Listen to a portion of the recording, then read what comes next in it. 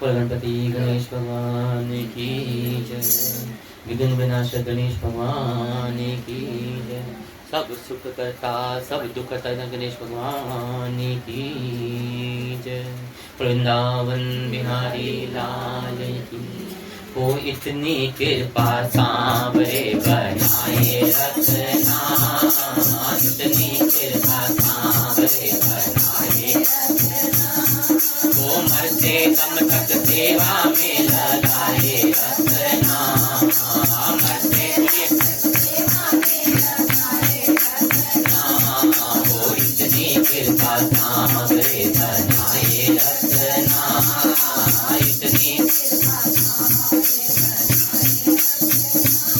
तो तू मेरा मैं तेरा श्यामा तू राजी मैं राजी।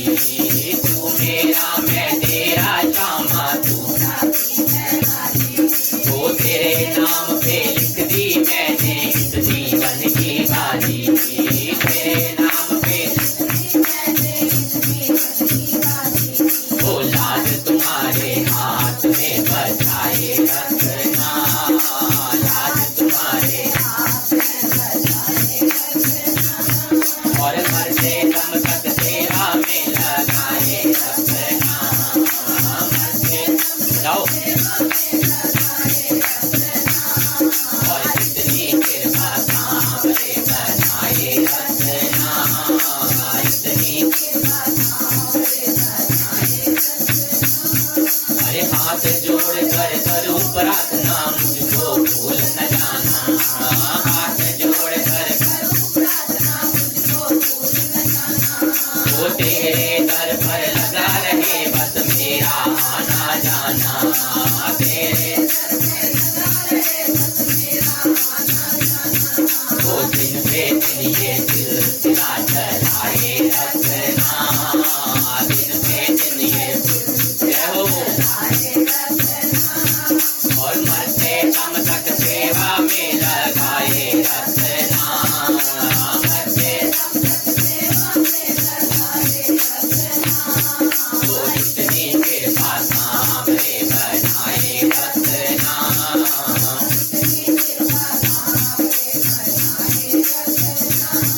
वो तेरे प्रेमियों में मन लगता और कहीं ना लागे।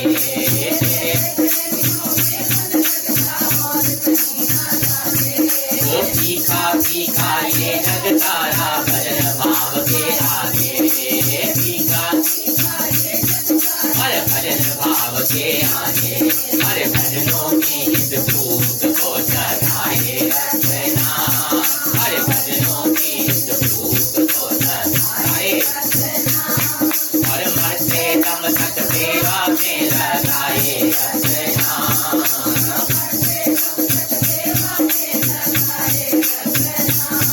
और इतनी कृपा सांवरे बनाए रखना। इतनी तो जन्म जन्म तक तेरा मेरा साथ कभी ना छूटे।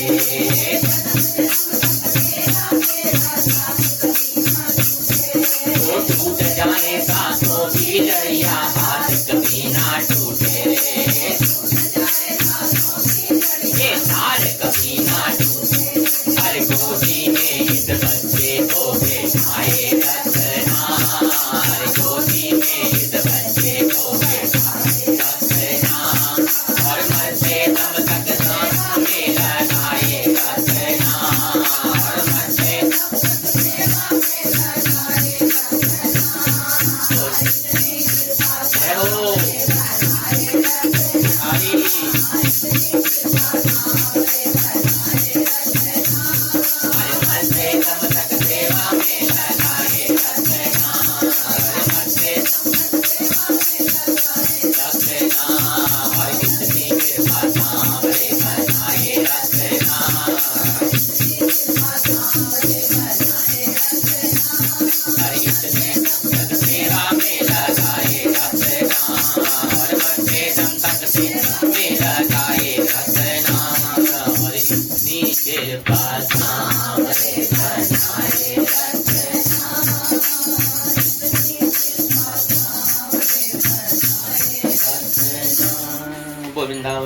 बिहारी लाल की, वो साचे दरबार की जय।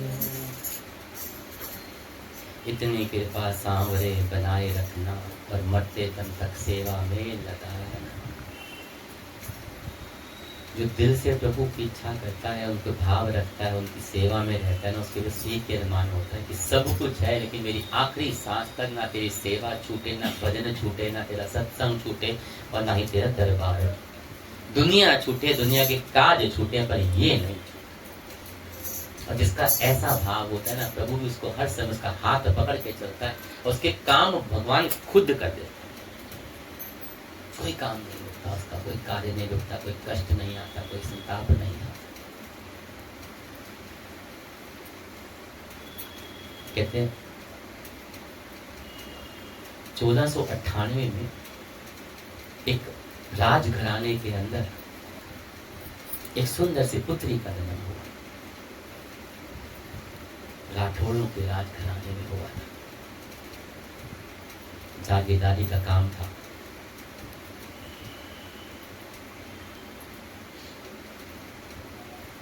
और जब हुआ तो छोटी सी उम्र में उनकी माता का देहांत हो गया। तो जो कन्या थी तो माँ के प्रेम से वंचित रही। दादा दादी ने संभाला और अपनी दादी के बड़े प्रेम छत्र भाव में वो बड़ी होती गई। जो उनकी दादी थी वो श्याम कृष्ण की बहुत ही बड़ी भक्त थी, इसलिए वो जो पोती थी, वो कन्या थी, वो भी श्याम के रंग में उनकी भक्ति में डूब गई। पूरा बचपन दादा दादी के साथ ही बीता, उन्हीं के साथ उठती बैठती और जैसा माहौल हो ना, परवरिश वैसी हो जाती।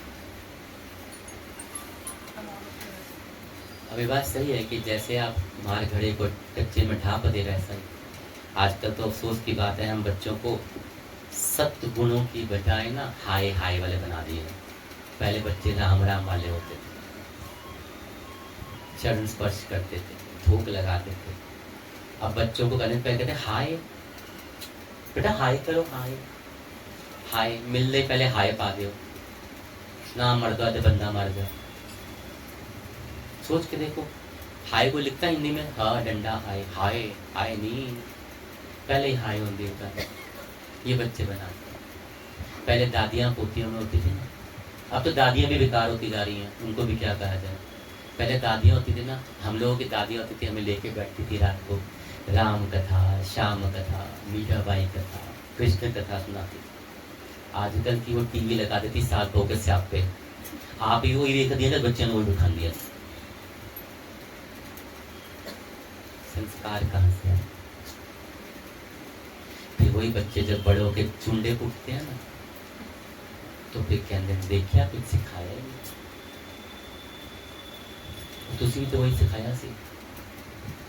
सबसे पहला पाप ना घर में बड़े सिखाते हैं बच्चों को, झूठ बोलना। कह दो मैं नहीं हूं, कह दो पापा सो रहे हैं, कह दो मम्मी बाजार गई है, कह दो दादी की टांगों में दर्द हो रहा है, दादी लेटती हुई है, सत्संग में नहीं आ सकती। दादी ने उन्हें को बार चुगली होती भी जाके बह जाके, दादी फट बाहर आके बह जाएगी, टाटंगा ठीक हो जाएंगे। तो फिर जो हम बो रहे हैं तो काटेंगे भी तो। हमने अपने बच्चों को ऐसे कर दिया, मोमो वाला थे, मोमो वाले बच्चे बना दिए। पहले दादियां जैसी चूरियां कुटदियां सीधियां भजन करती थी, राम राम करती थी, पोते पोतियों को खिलाती थी।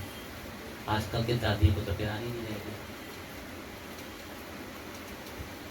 फिर कहती है सारा दिन ना रोज दे 100 रुपए मुझे बाहर जाके खर्च लेंदियां ने, हैं ये खर्च लेंदे ने, हैं और मोमो शोमो चिप्स चुपस घुंगड़ी कंडी खांदे रहंदे ने। तो तुसी कभी बना के खवांदे हो? अपने बचपन याद करना, कभी जितने बड़े बैठे हो ना, जितनी दादियां ही बैठी हैं, उन्होंने अपने क्या क्या, हमने कभी बाजार से कभी वो महीने में कभी एक आध बार मिलता था तो कुछ, वो भी घर में इकट्ठे आके खाया जाता था। वो भी ऐसे फूटने नहीं, कोई समोसा ले आया, कोई जलेबी ले आया तो कर लिया, घर में बना देते थे। हलवे बना लो, शीरे बना लो, रोटी बना लो, चूरियां बना लो, चूरमे बना, वही बन जाते थे। तो जैसे आप दयालु हो ना, वैसे ही काटे जाए। आप ही तो सास बहू दरोला देखोगे तो बच्चे लोग सिखाओगे बेचारे। वो अपने ही बंद होता। पर ये जो दादी थी ना, ये शाम भक्ति में लगती, 24 घंटे अपनी पोती को अपनी गोद में लेती, उनके साथ उठती बैठती, उनकी लीलाओं का वर्णन करती रहती थी, उनकी कथाओं का वर्णन करती रहती थी। कृष्ण लीलाओं का और जो पोती थी बड़े ध्यान से सुनती थी, क्योंकि जो आप सुनाओगे वही तो सुनो। सास भी कभी बहू की जेड़ी वो कट दिया ने ना, तभी वो बात रोंदियां ने, फिर कहंदियां ने साडी नूंहां तो साडे बच्चे ना पोते पोतियां को पानी भी नहीं पूछते, तो तुसी संस्कार ही देते हो, तो पानी कितने पूछना, वो तो कहेंगे कितने बिच्छी बढ़ गई ना, नोट काट। सही बात है ना, वक्त कड़वी है, चुप भी रही होगी, गाली मत निकालना, वोट कटे जाएगा, बच्चे की कमी ना दो। तो जो तुमने संस्कार दिए हैं ना, वही तुम्हें बच्चे वापस लौटा रहे हैं। जब बोए फूल तक बबूल का, तो आम कहाँ से पाए भैया। तो बच्चे बड़ी जल्दी पकड़ लेते हैं, मॉडर्न जमाने के भगवान भी उसको तेज करा के भेजे, बच्चे कुछ नहीं बोलते। जो तुमने संस्कार दिए ना, जो मिट्टी का घर पकाया, वैसे ही बच्चे तुम्हें लौटा के दे रहे हैं। बच्चों में मत डालो, अपने अंदर झांक के देखो, एक उंगली करते हो तो 3 अपनी तरफ आती है, तो हमने भी क्या दिए वो तो दिखाओ ना पहले। मैं ये नहीं कहता बच्चों को मत दो, मत खिलाओ पिलाओ, लेकिन आपने उतने सामर्थ्य किए नहीं। आपने कभी बच्चों को गोद में लेके राम कथाएं, कृष्ण कथाएं, बच्चों को ये भी नहीं बताता राम हुआ कौन। एक बच्चा मुझे किसी कथा में मिला, कहता है आपको आप कृष्ण कृष्ण कहते हो तो बड़े ही गंदे थे। मैंने कहा क्यों? कहते वो तो बड़े प्ले बॉय टाइप थे, इतने जिन्होंने संज्ञा साथी बना रखी थी। मैंने कहा पता उसकी उम्र की थी? शाम उसकी कितनी उम्र में रासलीला रच ली उन्होंने। बेटा तू भी उससे बड़ा। मैंने कहा उसमें क्या पता होगा, क्यों? वो जो माँ बाप बोलते होंगे वही सुन रहे थे। कथाएं सुनाओ तो सही। एक परिवार में हम गए, 5 साल के बच्चे क्या भोजन करने लगे, तो क्या उन्होंने मंत्र पढ़ के भोजन शुरू किया। दिल खुश हो गया मेरा कि ये शिक्षा है। देखो ये भी शिक्षा है। क्या मंत्र याद है। सुबह उठ के बच्चे मंदिर आते हैं, जो आया पहले अपनी भी अगर टॉफी ले तो बच्चे ने पहले मंदिर में रखी, खा लो फिर मैं खाऊं। शिक्षा दिया आप लोगों ने। बोलना बड़ा आसान है देवी माता, बच्चों पे लांछन लगाने बड़े आसान है। पर खुद अंदर झांक के देखो कि मैंने क्या संस्कार डाले जो बच्चा ही मुझे वापस देगा। बच्चा सीख के तो नहीं आया। अब ये जो दादी थी ना, बड़ी धार्मिक तो खुद ही थी, वो कभी चुगली निंदा में थी नहीं, तो वही शाम की भक्ति में रंग रहती थी और वही कथाएं सुनाती थी। भाई हमारी दादी तो ये सुनाती थी। आज तो हम बहुत धन्य मानते अपने दादियों को, उनको, कि जिनकी कथाओं से शायद आज इस मार्ग पर चलकर पूरा परिवार इसके। और वो पोती बड़े चाव से उस रंग में रंगती जा रही थी, और वो बड़े प्रेम लगाकर, ध्यान लगाकर, आस्था आत्मा से वो कृष्ण की लीलाएं सुनती थी। और उनका नाम था मीरा।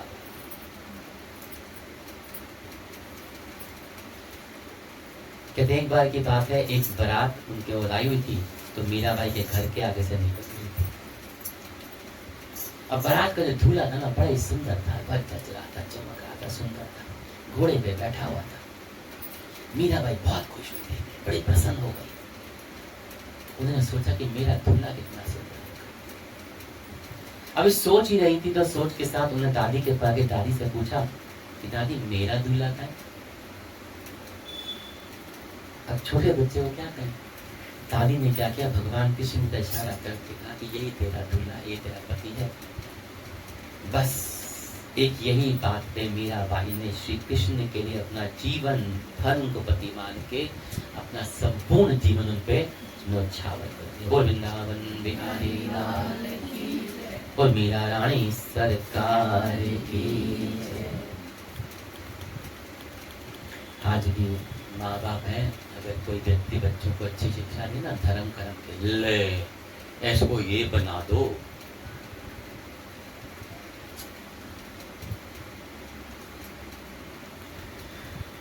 मीराबाई का चरित्र कितना भी वर्णन कर लिया जाए उतना ही कम पड़ता है। समझने के लिए जन्म जन्म लग सकते। वह संक्षेप में परम भक्त रही हैं श्याम कृष्ण और ठाकुर जी से बहुत प्रेम करते। हर समय अपने पास श्याम सुंदर की प्रतिमा को रखती थी। सुबह जल्दी उठ जाती, स्नान ध्यान करके ठाकुर को तैयार करती, भोग लगाया करती, दिन रात उन्हीं के भजन में उन्हीं के नाम का स्मरण करती रहती। मीराबाई श्री कृष्ण के ध्यान में इतनी अधिक डूब गई थी तो उनको ये भी नहीं पता चलता कब दिन से रात हो जाती है, रात से सुबह। प्रेम हो, भाव ऐसा होना चाहिए। उन श्याम सुंदर की भक्ति में उन्हें खाने पीने का होश नहीं था, सुध बुध खो जाती थी, होश ही नहीं रहती थी। और प्रत्येक व्यक्ति में श्री कृष्ण को ढूंढा कर, हर किसी में कृष्ण को ढूंढते थे। मीराबाई का पूरा संसार, संपूर्ण संसार श्याम सुंदर के अंदर बसता था। किसी तरह से मोह माया से या आडंबरों से कोई प्रेम नहीं था, लगाव नहीं था। सांसारिक बंधनों से मुक्त हो जाना था, सादगीपूर्ण जीवन व्यतीत होता था। 1516 के अंदर उनका मेवाड़ के राजा भोजराज के साथ उनका विवाह संपन्न हुआ। विवाह उनकी इच्छा के विरुद्ध हुआ था, मानी नहीं। और भोजराज राणा सांगा के जो थे सबसे बड़े पुत्र थे। कहा जाता है जब उनकी शादी हुई, मीराबाई से हुई, तो उनको यह नहीं मालूम था कि वे अध्यात्म के अंदर पूर्ण तरह से ओतप्रोत थे।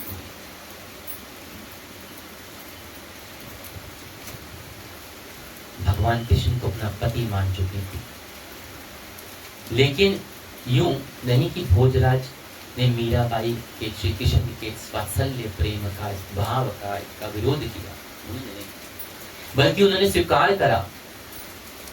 और कहा जाता है कि उन्होंने महल के अंदर ही भाग जाती थी कि तुम भार मत जाओ, रानी हो, जग हुआ तो करेगा। तो उन्होंने महल के अंदर ही श्याम सुंदर के लिए मंदिर बनवा दिया, यही बैठ कर उनकी सेवा किया कीजिए। 1526 में 10 साल के अंदर एक युद्ध में उनकी मृत्यु हो गई। और तब तक वो मीराबाई के बड़े घनिष्ठ मित्र बन गए थे। हालांकि अपने मित्र रूपी पति को खोने पर मीराबाई को बड़ा दुख हो, बड़ा क्योंकि पति से ज्यादा उनके मित्र भाव, सखा भाव।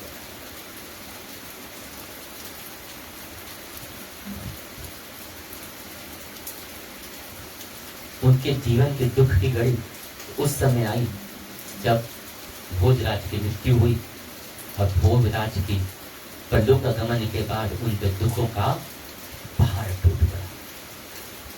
छोटी सी उम्र में विधवा हो गई थी। सास ससुर और देवर जो थे बहुत ताने मारते थे। ससुराल वालों ने मीराबाई को सती होने का भी खूब दबाव डाला, पर मीराबाई ने हार नहीं मानी और सती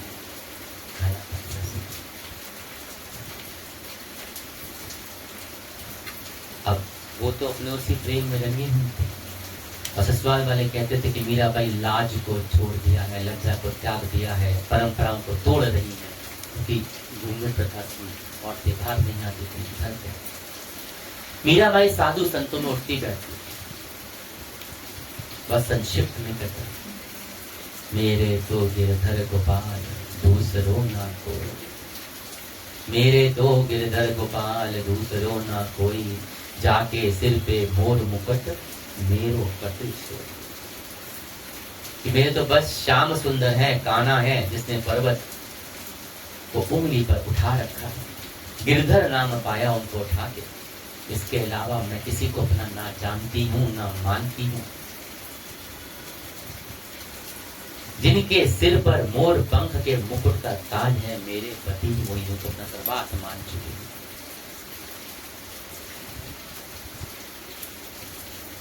उनके जो ये साधु संतों में उठना बैठना था, भजन गाना था, उनके देवर राणा को ना बिल्कुल पसंद नहीं। रतन सिंह नाम था। राणा रतन सिंह कहते थे कि एक राजघराने की महिला आम जनता के साथ उठने बैठने के लिए शोभा नहीं देती, उसको भी मर्यादा देना चाहिए। और मीराबाई जो होती है, राणा जो थे देवर उनके रतन सिंह, उनकी बातों पर रता भी ध्यान नहीं देती, मेल ना करती थी। क्योंकि संत तो बराबर है, चाह छोटा क्या बड़ा, मैं तो उनके चरणों की धूल बड़ा। उन्होंने मीराबाई के लिए जहर का प्याला भेजा। इसको वैसे तो नहीं मानेगी,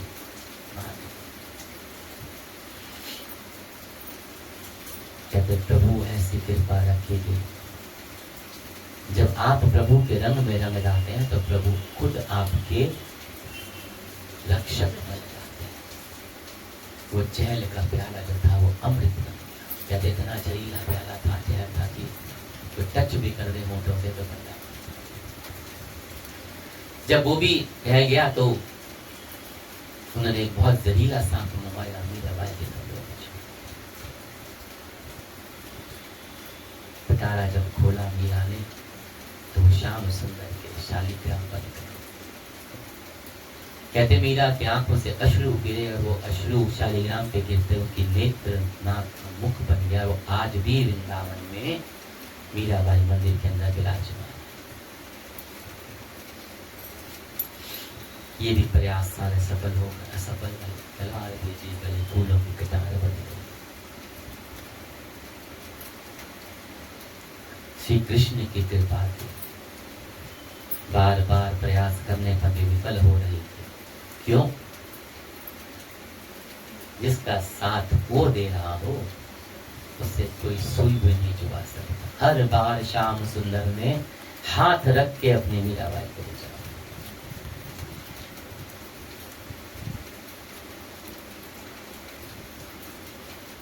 है महादर्द दीवानी, मारा दर्द न जानियो कोई। घायल ही ले गत घायल जानियो, तिवड़ो अगन सजो। जौहर की गत जौहरी जाने, क्या जाने जग कोई। मीरा री प्रभु पीर पटांगा, जो वेद सावरो। ये सखी, मुझे तो प्रभु के प्रेम की पीड़ा भी पागल कर जाती है।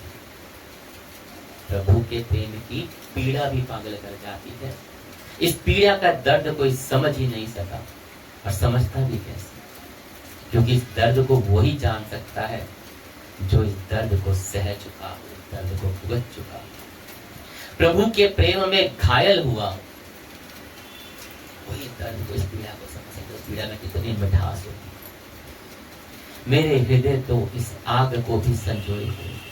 रत्नों का तो एक जोड़ी ही परख सकता है, रतन होकर जोड़ी परख सकता है।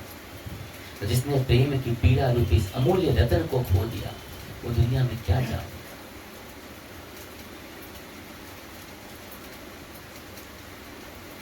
अब मीरा की पीड़ा तभी मिटेगी जब ये श्याम सुंदर कान्हा ही मेरा वैद बन गया।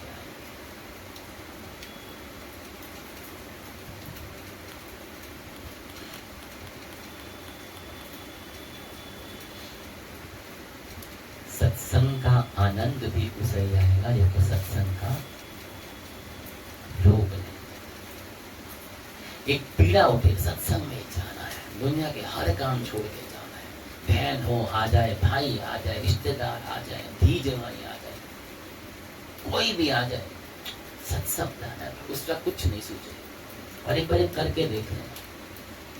अगर ठाकुर जिसको मानते हो, मैया हो, शिव हो, दुर्गा हो, राम हो, श्याम हो, तुम्हारा हाथ ना पकड़ने को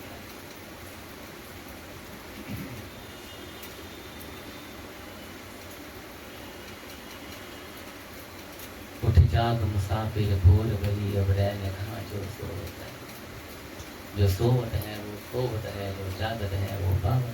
कथाओं में नींद आ जाती है।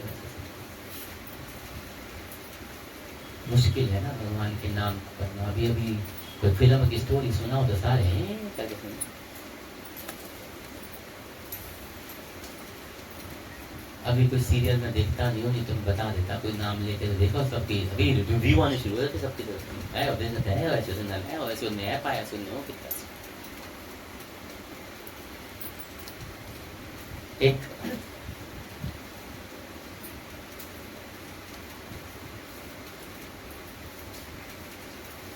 बड़ी कथा सुनाता हूं बीच में ताकि नींद ना। एक राजा ना महल में कितने लोगों को रखता है, बहुत लोगों को। अब उसने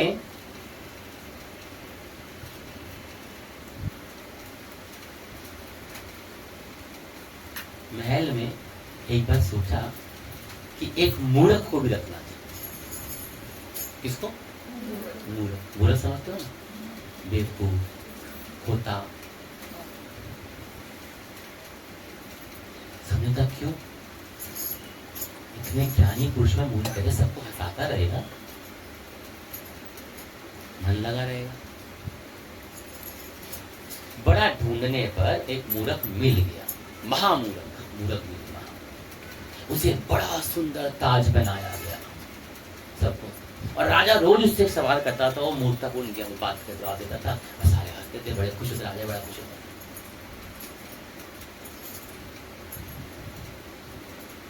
ध्यान से सुनो, बड़े पते की बात है देवी। कान बंद होते खोल ले, वरना कहोगे चुनिया चौबाज नहीं आई। माड़े माड़े अंज कर लो, सब लोग कह रहे हैं। जिन्होंने हटा ली तो ज्यादा जरूरत है, पूरी खुल के आवाज आनी चाहिए। फिल्टर होके कथा नहीं जानी चाहिए करना। फिल्टर पानी नुकसान देना, जो गंगा जल से आनंद फिल्टर हो जाए। अब बड़े साल बीत गए जी, वो मूर्ख रहा, ताज सजता था उसके सिर पे। अब बुढ़ापा आया, राजा बीमार पड़ा, तो वैद्यों ने जवाब दे दिया। अब राजा ने सोचा मृत्यु घड़ी तो पास आ गई है, मैं ऐसे नहीं मरना चाहता, मैं हंसता हुआ मरना चाहता हूँ। उसने कहा मूर्ख को बुला दिया। मूर्ख तो था, राजा को आया। मूर्ख ने क्या करा,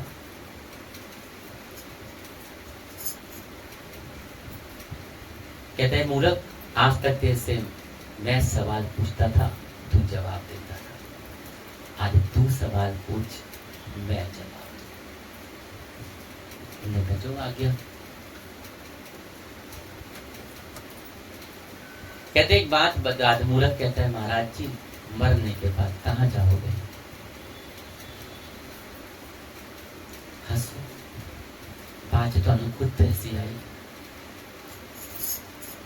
कहते मैं उस परम पिता परमेश्वर के पास जाऊंगा, वहीं धाम जाऊंगा, उसके परम धाम जाऊंगा।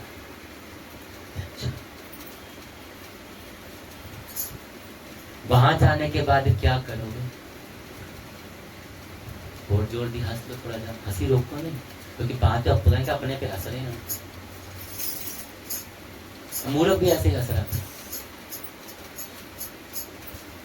राजा कहते हैं वहां जाने के बाद मैं वहीं रहूंगा, कहीं नहीं जाऊंगा। मतलब परमानेंट वहीं रहोगे? परमानेंट वहीं रहूंगा। कहते कि महाराज जी आपने परमानेंट वहीं रहोगे तो आपने तो वहां के लिए बहुत सी तैयारी करी होगी, क्योंकि परमानेंट वहां रहना है आपने। अब हंसो। पहले 2 सवाल तो हंसियां छूट रही थी ना सबकी, अब हंसो। महाराज ना चुप हो गया। अब मैं ये सवाल आपसे पूछूं, वहां जाने के बाद किसी को पता है क्या होगा? मतलब परमानेंट तो वही है ना, तो कितनी तैयारी करी है वहां जाने की? परमानेंट रहना है वहां पे। उन हंसी नहीं आई, उन दंड भाड़े ना। पहले तो मूर्ख के पहले सवाल पे हंसी आई थी, मर के क्या करोगे? चुप हो गया महाराज, शांत हो गया महाराज, सोचने लग गया, जवाब नहीं हुआ। कहता कोई नहीं। मूर्ख ने अपने सिर का वो ताज उतारा और राजा के सिर को पहना दिया कि महाराज मुझसे बड़ा मूर्ख तुम।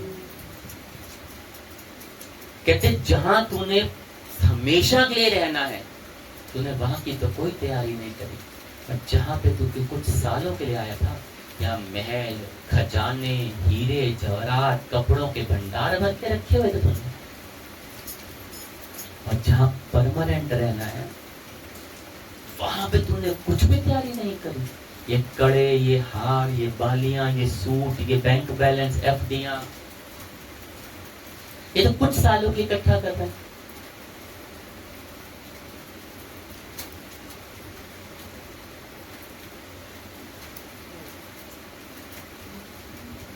कि महाराज ये ताज ना आपको पहनना चाहिए, क्योंकि मुझसे बड़ा मूर्ख आप हो।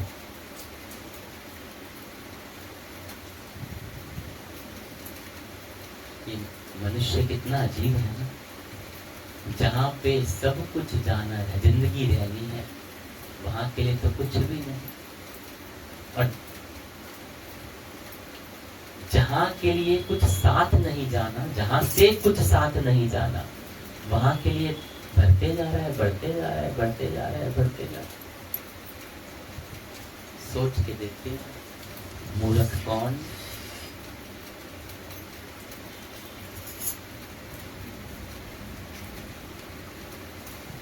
कौन मूर्ख? ना तिया ने नाल जाना, ना जवाइया ने, ना नुआ ने, ना पुत्रा ने, ना आदमिया ने, ना जनानिया, ना सोने दे कड़िया ने, ना हारा ने, ना चेना ने, ना एफडिया ने, ना नोटा ने, ना मकाना ने, ना दोमेलिया ने, ना गड्डिया ने, ना गाड़िया ने, ना कपड़िया भरिया टैचिया ने।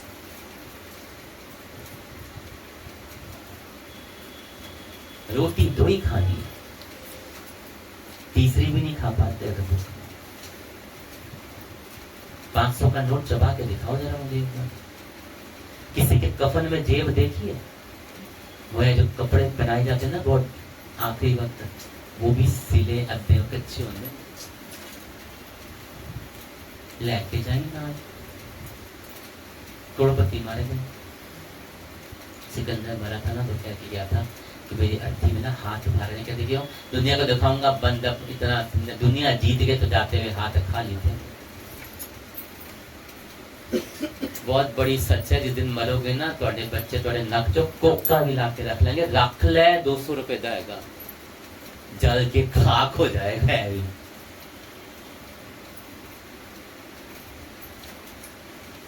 तुम्हारे ऊपर दी हुई चद्दर में से बदबू आ जाएगी, बाहर फेंकते हैं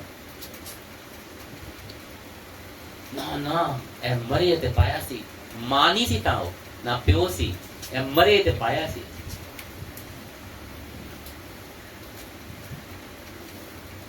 अब वही बेटी होंगी, वही जवाई होंगे, वो पुत्र होंगे जो तुम्हारे को भूख के आग लगाएंगे और आपके पहले रोटी खाएंगे, वही चीज करके बैठेंगे। 4 दिन भी कोई नहीं रो सकता। काम पे जाना, दुकान कब खोले?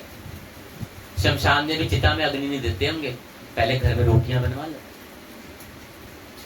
भूखा भी नहीं रह सकते 4 घंटे। ये मां, हाय मेरी धी ते हाय मेरा पुत्र।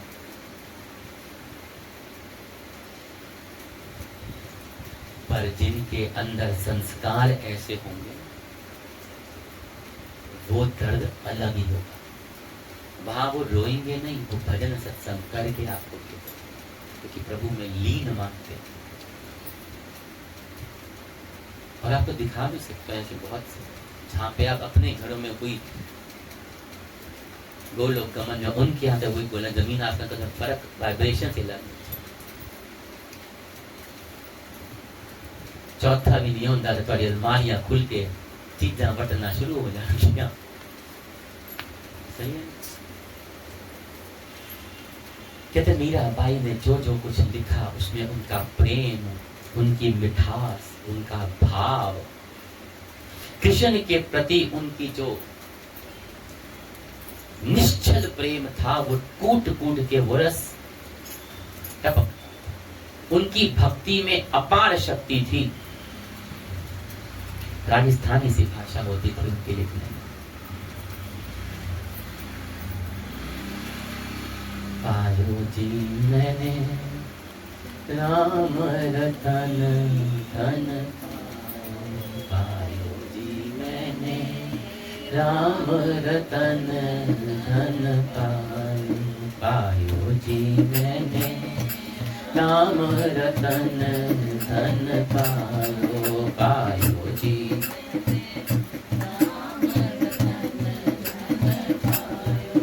पायो जी मैंने, राम रतन धन पायो जी,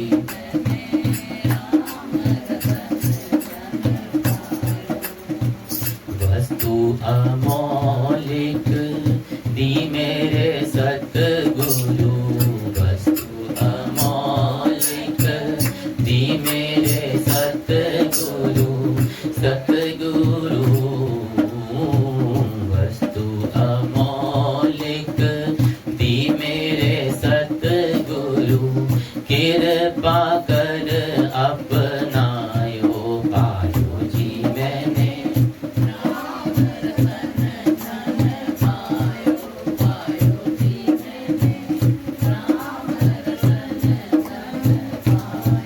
पायो जी मैंने, राम रतन धन पायो जी मैंने,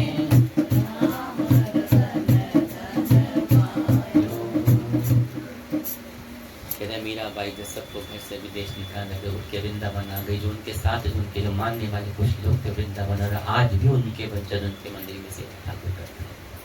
मीराबाई को वहाँ पे बगिया में जगह दी गई, क्यों? क्योंकि उस जगह के पीछे ही बांके बिहारी का मंदिर का था, दाऊ जी का था, निधि बनता, उस जगह पे जमुना किनारे सामने थी, बहुत सुंदर स्थान बना। और आज भी वो किसी दिन हिम्मत जो अपने आप सेवा आ जाए वो मिल जाती है, और उन्हीं के बच्चे वहीं पर सेवा करते हैं मीराबाई की। मीराबाई की जब मृत्यु कहीं उसको कहीं गोल गमन हुआ या लोप हो गई, बहुत भेद है। 1547 के अंदर कहा जाता है कि इतनी बड़ी भक्त थी कि भगवान श्याम सुंदर कान्हा की मूर्ति में ही वो विलीन हो गई। कुछ कहते हैं कि वो भगवान के समक्ष नृत्य करके भजन गा रही थी, गाते गाते मूर्छा आई और मूर्छा होके भगवान में ही समा गई। कुछ कहते हैं कि कुछ लोग पीछे पड़े तो भगवान ने द्वारकाधीश का मुख खोला, उसके अंदर मीराबाई को साक्षात समा दिया, पर ये तो पक्की है कि वो पूरी समा गई। कहते हैं उसी दौरान पे बांसुरी की आवाज से उस मंदिर से पूरे मंदिर में दिव्य प्रकाश संपूर्ण हुआ था। जिन लोगों ने जो कहा जाता है देखा होगा, और पूरे मंदिर को चारों तरफ प्रकाशमय कर दिया था। तो तब मीराबाई लोगों को,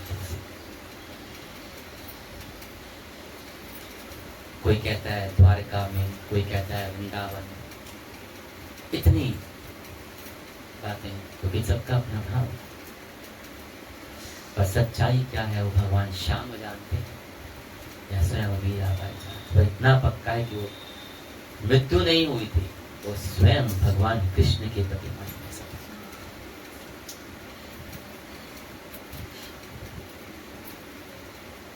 भक्ति हो, प्रेम हो, तो उनके से ये बात तो सिखा जाती है। और कुछ सीखे ना सीखे, हमारे इन भक्तमाल में जो भक्तों की कथाओं का वर्णन आता है उसमें एक ही चीज है, इन कथाओं को सुनाने का अगर समझ आए तो एक लाइन में बोल दिया तो भक्ति हो, प्रेम हो, तो मीराबाई जैसा जिसने इतने कष्ट भी सहे लेकिन वो तस से मस्त नहीं। भजन करना है तो भजन करना है, ना फिर घर देखा, ना बाहर देखा, ना बच्चे देखे, ना बाहर देखा। के मी पे गया मंदिर में आ गया, मेरे घर मेरी बहन आ गई, सत्संग में नहीं आना। आज मेरे घर ये हो गया, मैं नहीं आना, मैंने शॉपिंग में जाना, सत्संग छोड़ दिया। काम भी तो करने पड़ता है, काम करने ये याद रखना। भागवत में लिखा है, भगवान खुद कहते हैं कि अगर होता तो वही जो प्रभु रामदास जी था, उसकी मर्जी तो कुछ हो ही नहीं सकता। तो वो कहते हैं कि अगर तू दुनिया के संसारी काम मेरे लिए छोड़ के आएगा तो तेरे काम मैं खुद पूरे कर दूंगा, पर अगर तू मेरे को छोड़ के उनमें लगेगा ना तो मैं मिलूंगा और ना वो। करके देखते ना कभी।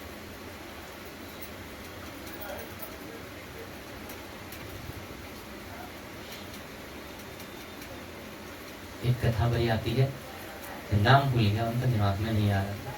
बड़ा भक्त थे श्याम सुंदर के, मैं क्या धन्य सेठ की है शायद। बेटी की शादी थी, गरीब सेठ नहीं, गरीब था कोई, गरीब थे, धन्य सेठ नहीं है। बेटी ब्याने लगे तो बड़ी चिंता हुई, बारात दरवाजे पे आ गई, सुनाई थी ना पहले, नाम भूल गया उनका। तो चिंतित हो गए और पूरे गांव को न्योता था, जाके टीले बैठ के भगवान के भजन में लगे कि ना होऊंगा ना लोगों के बाद, जो मिलता था प्यारी हो गई, प्यारी हो गई, जब अब जाता बैठ गए। अब वहाँ पे शाम के समय कोई व्यक्ति आया, उनको ढूंढता ढूंढता, अरे तू यहाँ बैठा है, तो अरे यहाँ कैसे, तो शादी बोलता करे विवाह तो तूने इतना अच्छा कर दिया, लोग तेरी वाह वाही कर रहे हैं, तो मेरी वाह उनके चलने लगे गाँव में, सब वाह कर रहे हैं, क्या तूने आप भगत किया, क्या इंतजाम था, क्या स्वागत किया, क्या देना लेना किया। आंख से शुरू है, क्योंकि वो जो ठाकुर था ना, उसका रूप धर के आया, ऐसा इंतजाम कर गया कि पूछो। अपनी भक्ति प्रेम में इतना रस पैदा करो कि भगवान को मजबूर होना पड़े तुम्हारे पास आके तुम्हारे काम करें। फिर तुम कहते हो भगवान हमारी सुनता थोड़ी है, हम क्या, अरे तुमने कितने सुनना, तुम तो अपने ही नोटों में सोने चांदी कपड़े इकट्ठे करने में लगे हो, तुम सत्संग में भी उसको कंडीशन रख के जाते हो। अच्छा आज संडे है, मेरे पति मेरे घर होंगे,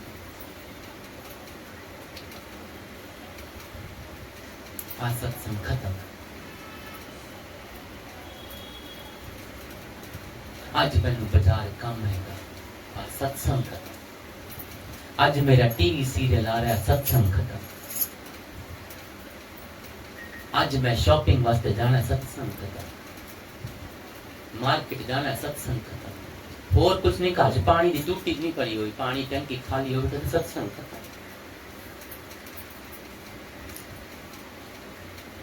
सुबह ट्रेन जल्दी पकड़नी है, सत्संग खत्म, भगवान की पूजा खत्म। कभी रोटी छोड़ी है, कभी ये कहा है कि मैं लेट हो रही हूँ, पूजा तो कर लेती हूँ, नाश्ता नहीं करती। कभी ये करा है कि मेरे घर मेरी बहन आ गई, चल तू मैं रोटी छोड़ती हूँ, बहन की बात करके मैं सत्संग चली जाती हूँ, रोटी नहीं खाऊंगी, शाम को खा लूंगी। बाजार के टाइम जो घंटा पहले कर लो, रोटी छोड़ देती हूँ, सत्संग के टाइम पे पहुंच जाऊंगी। कभी किया ऐसा ना? ठीक, मैं तो बड़े प्यार से कहता हूँ, शायद लोग जो सुनते भी होंगे कहेंगे बड़े अजीब शब्द बोलते हैं, बेचारा हो गया भगवान। ऑप्शनल याद होता है, कंडीशनल।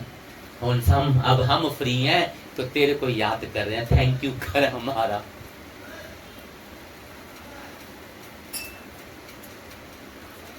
सही बात है, झूठ हो तो फिर जो सजा है, काले चोर की हम ले लेंगे, और बनना तो है तो सच, बड़ा कड़वा सच।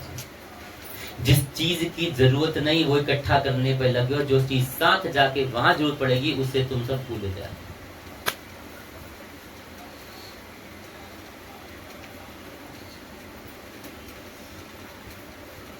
सोच के देखिएगा। लोग कहते हैं ना कई बार हम लोगों को, अरे हम आप जैसे नहीं है, नहीं गलत, हम तो आप जैसे ही थे, बस फर्क इतना है कि हमने उसके नाम को प्रायोरिटी पे रखा, बाकी सबको ऑप्शनल रखा। अभी मीरा भाई तो बच्चे कहते थे हम आप जैसे थे, स्वामी हरिदास जी तो ऐसे, एक बार उसके रंग में रंग के तो देखिए तो पता चलेगा आनंद किसे कहते हैं। वृंदावन बिहारी लाल की जय। मेरे सतगुरु ने ऐसी सौगात दे दी, नाम जपने के लिए सारी रात दे दी। मेरे सतगुरु ने ऐसी सौगात दे दी,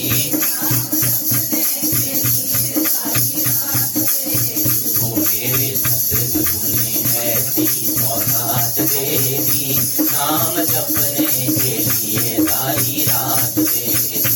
मेरे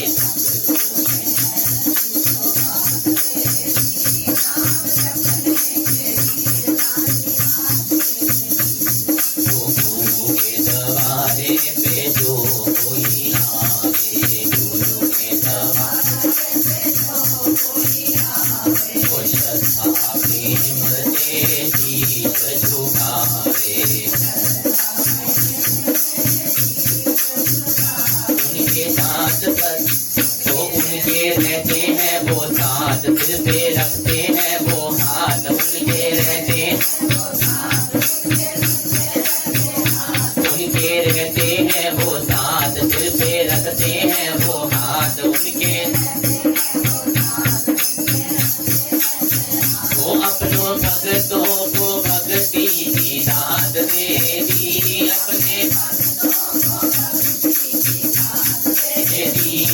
नाम जपने के लिए सारी रात दे दी, नाम जपने के लिए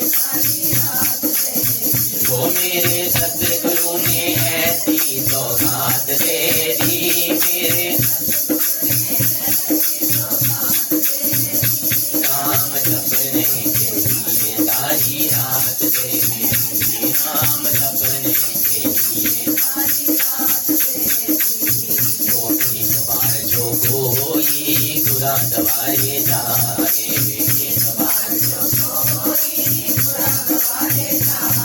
वो सतगुरु का दर्शन प्यारा पाए, सतगुरु का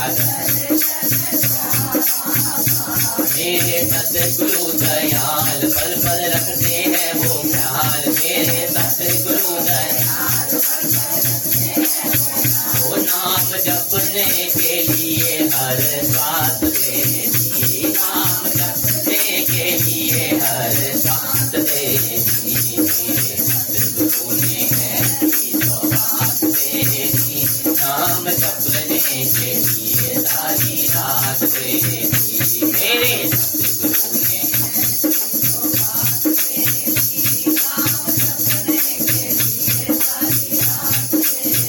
वो नजर दया की जिस पर वो कर दे, नजर दया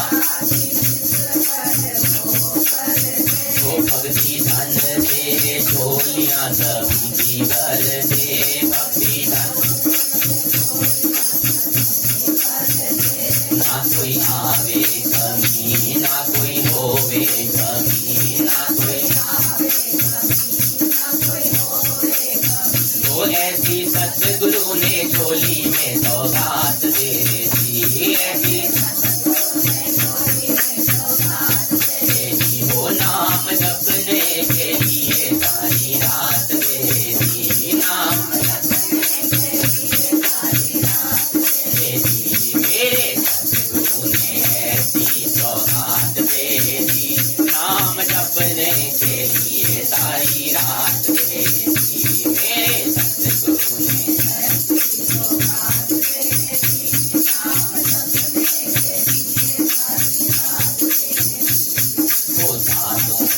सतगुरु ने कृपा करी है, बातों पे सतगुरु ने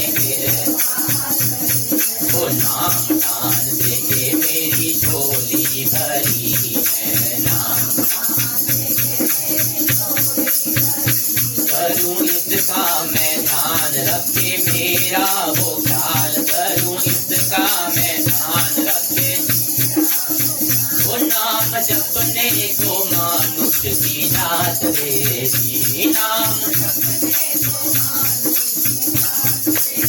वो मेरे सतगुरु ने ऐसी सौगात दे दी, नाम जपने को सारी रात दे दी, मेरे सतगुरु ने ऐसी सौगात दे दी, नाम जपने के लिए सारी रात दे दी, वो नाम जपने के लिए सारी रात दे दी, वो नाम